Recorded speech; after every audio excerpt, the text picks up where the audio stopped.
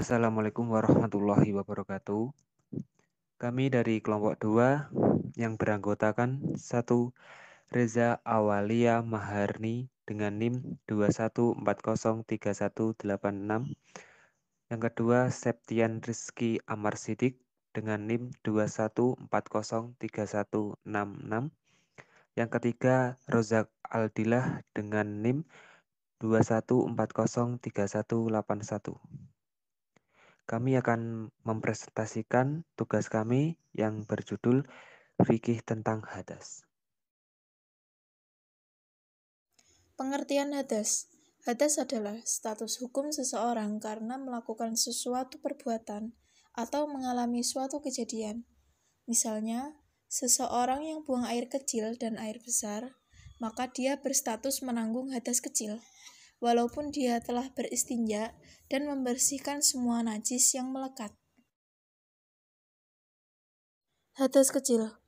Segala sesuatu peristiwa atau kejadian yang menyebabkan seseorang harus bersuci dengan berwudu atau tayamum. Cara mensucikan diri dari hadas kecil dengan cara berwudu. Simak video berikut ini. Cara bersuci dari hadas kecil dengan berwudu. Pertama-tama, kita membaca niat terlebih dahulu. Dengan bacaan Nawaitul wudu'a liraf'il hadatsil asghari fardhu lillahi ta'ala. Namun, beberapa ulama juga mengatakan bahwasanya cukup dengan basmalah ketika ingin memulai berwudu. Baiklah, pertama-tama kita nyalakan keran, jangan terlalu kencang. Lalu mengusap tangan 3 kali sebelah kanan, jangan lupa sela-sela jarinya juga. Sebelah kanan 3 kali, sebelah kiri 3 kali. Lalu menghirup air memasuki mulut dan hidung, lalu membuangnya, lakukan sebanyak 3 kali.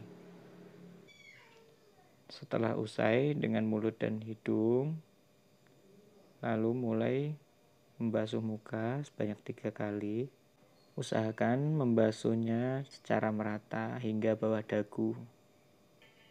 Dilanjutkan dengan tangan hingga sikut sebanyak 3 kali, yang kanan 3 kali, yang kiri 3 kali. Usahakan sampai terkena lipatan sikut ya. Lalu rambut cukup sekali basuhan, lalu telinga sekali basuhan, selanjutnya menggosok kaki lengkap dengan sela-selanya hingga bersih sebanyak 3 kali, kanan dan kiri. Setelah selesai dengan semuanya, jangan lupa matikan keran ya. Setelah selesai berwudu, maka membaca doa setelah berwudu dengan menghadap kiblat ya. Dengan bacaan asyhadu an la ilaha illallah wahdahu la syarikalah wa asyhadu anna Muhammadan abduhu wa rasuluh. Allahumma ja'alni minat tawwabina waj'alni minal mutatahhirin. Berikut adalah hal-hal yang membatalkan wudu. Yang pertama yaitu keluarnya sesuatu dari lubang, yaitu kubul ataupun dubur, seperti kentut, BAB, kencing, dan sebagainya. Nah, kita akan mengambil salah satu contoh dari pembatal wudu tersebut, yaitu yang seperti ini wajib untuk mengulangi wudunya lagi. 2. Bersentuhan langsung antara kulit laki-laki dengan perempuan yang sudah balik dan bukan mahramnya. Yuk. Maaf mas.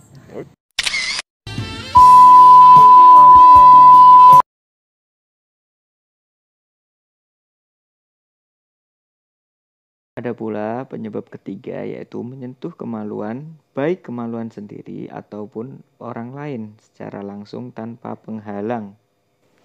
Ya, ini adalah gambaran menyentuh kemaluan ya. Tapi ini masih ada penghalangnya ya, karena kalau yang nggak ada penghalang ya susah nyarinya teman-teman. Jadi ini yang ada penghalangnya ya. Kurang lebihnya seperti ini.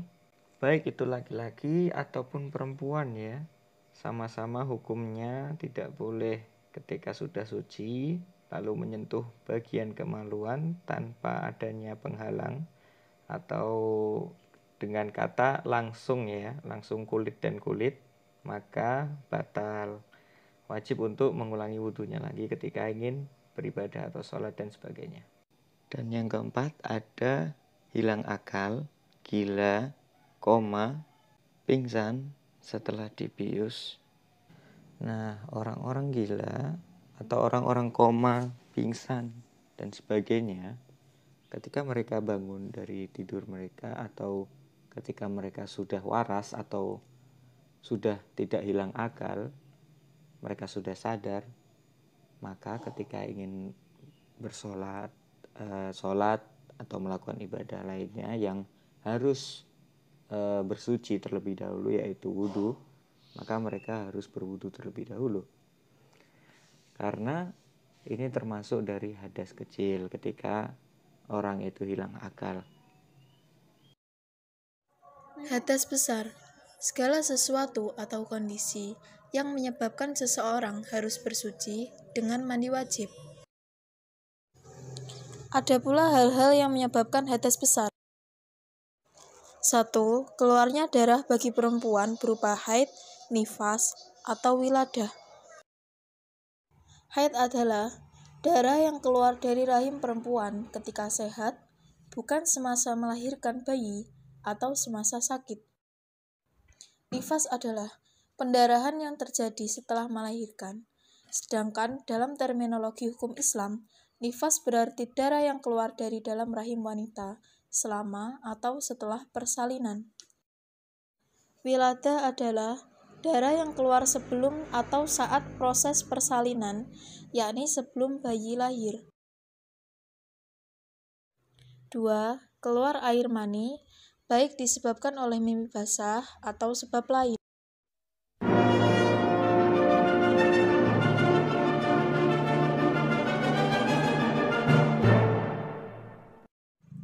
3. Hubungan suami istri yakni jima, baik yang keluar mani ataupun tidak.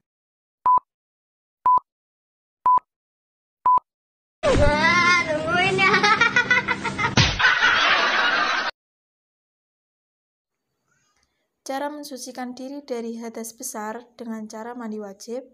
Simak video berikut ini. Cara mandi junub. Berkaitan dengan mandi junub, terdapat dua hadis pokok yang bisa kita jadikan sebagai acuan. Kedua hadis tersebut berasal dari dua istri Rasulullah Sallallahu Alaihi Wasallam, Aisyah dan Maimunah radhiyallahu anhuma. Hadis pertama, hadis Aisyah radhiyallahu anha. Beliau menceritakan, anna Nabiyya Sallallahu Alaihi Wasallam kana idza iktasala minal janabah bada'a faghasala yadayhi, thumma yatawadda kama yatawadda'u lis-shalah, thumma yudkhilu asabi'ahu fil ma', فيخلل بها أصول شعره ثم يسب على رأسه 3 غراف بيديه ثم يفيض الماء على جلده كله.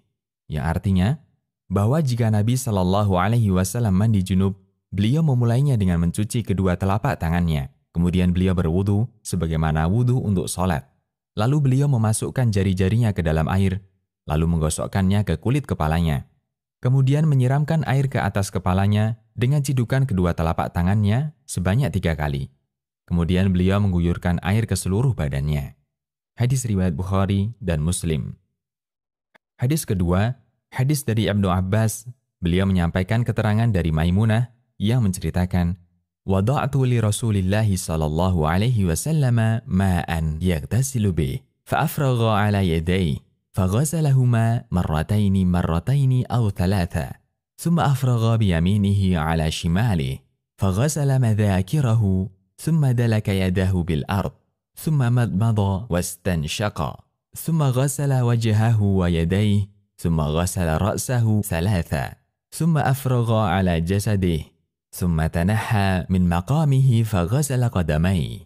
Yang artinya, aku pernah menyediakan air mandi untuk Rasulullah Sallallahu Alaihi Wasallam. Lalu beliau menuangkan air pada kedua tangannya dan mencuci keduanya 2 kali atau 3 kali. Lalu beliau menuangkan air dengan tangan kanannya ke tangan kirinya. Kemudian beliau mencuci kemaluannya. Setelah itu beliau menggosokkan tangannya ke tanah. Kemudian beliau berkumur-kumur dan memasukkan air ke dalam hidung. Lalu beliau membasuh muka dan kedua tangannya. Kemudian beliau membasuh kepalanya 3 kali dan mengguyur seluruh badannya. Selanjutnya, beliau bergeser dari posisi semula lalu mencuci kedua kakinya di tempat yang berbeda. Hadis riwayat Bukhari dan Muslim. Dengan menggabungkan hadis di atas, bisa kita simpulkan urutan tata cara mandi sebagai berikut. 1. Menuangkan air dan mencuci kedua tangan. 2. Mengambil air dengan tangan kanan untuk mencuci kemaluan dengan tangan kiri. Kita juga bisa gunakan gayung untuk kegiatan ini. 3. Menggosokkan tangan kiri ke tanah. Ini bisa kita ganti dengan sabun. 4. Berkumur dan menghirup air ke dalam hidung, kemudian dilanjutkan dengan berwudu, namun tidak sampai mencuci kaki karena bagian ini diakhirkan. 5. Ketika mulai membasahi rambut, sela-selai pangkal rambut dan basahi dengan air, sampai seluruh kepala dan rambut basah. 6. Siram kepala 3 kali, dilanjutkan dengan menyiram seluruh anggota badan. 7. Mengguyur air ke seluruh badan dengan mendahulukan yang kanan. Dari Aisyah radhiyallahu anha, ia berkata, Kana an-nabiyyu sallallahu alaihi wasallam yu'jibuhu tayammunu fi tana'ulihi wa tarajjulihi wa tuhurihi wa fi sya'nihi kullih. Yang artinya, Nabi sallallahu alaihi wasallam biasa mendahulukan yang kanan ketika memakai sandal, ketika bersisir, ketika bersuci, dan dalam setiap perkara yang baik-baik. Hadis riwayat Bukhari dan Muslim.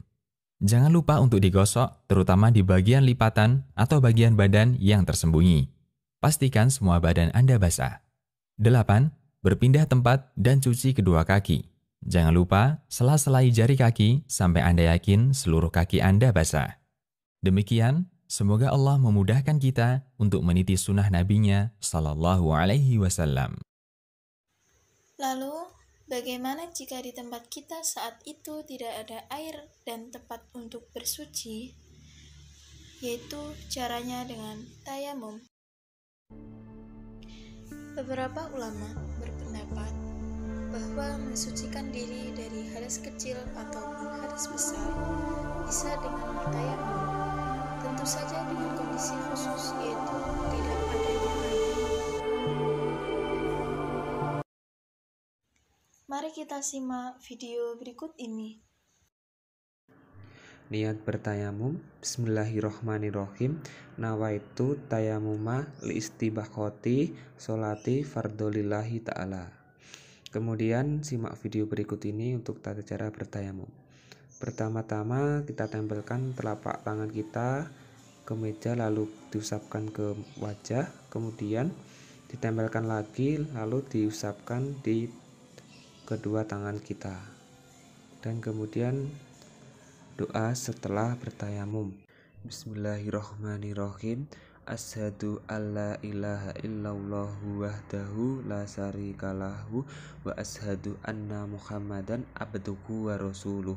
Allahumma ja'alni minat tawwabina waj'alni minal mutatahhirina waj'alni min ibadikas sholihin.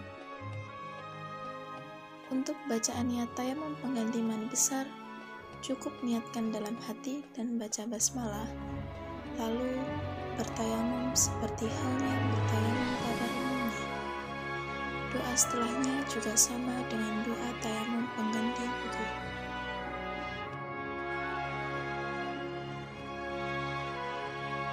Sekian penjelasan dari kelompok kami. Semoga bermanfaat bagi kita semua.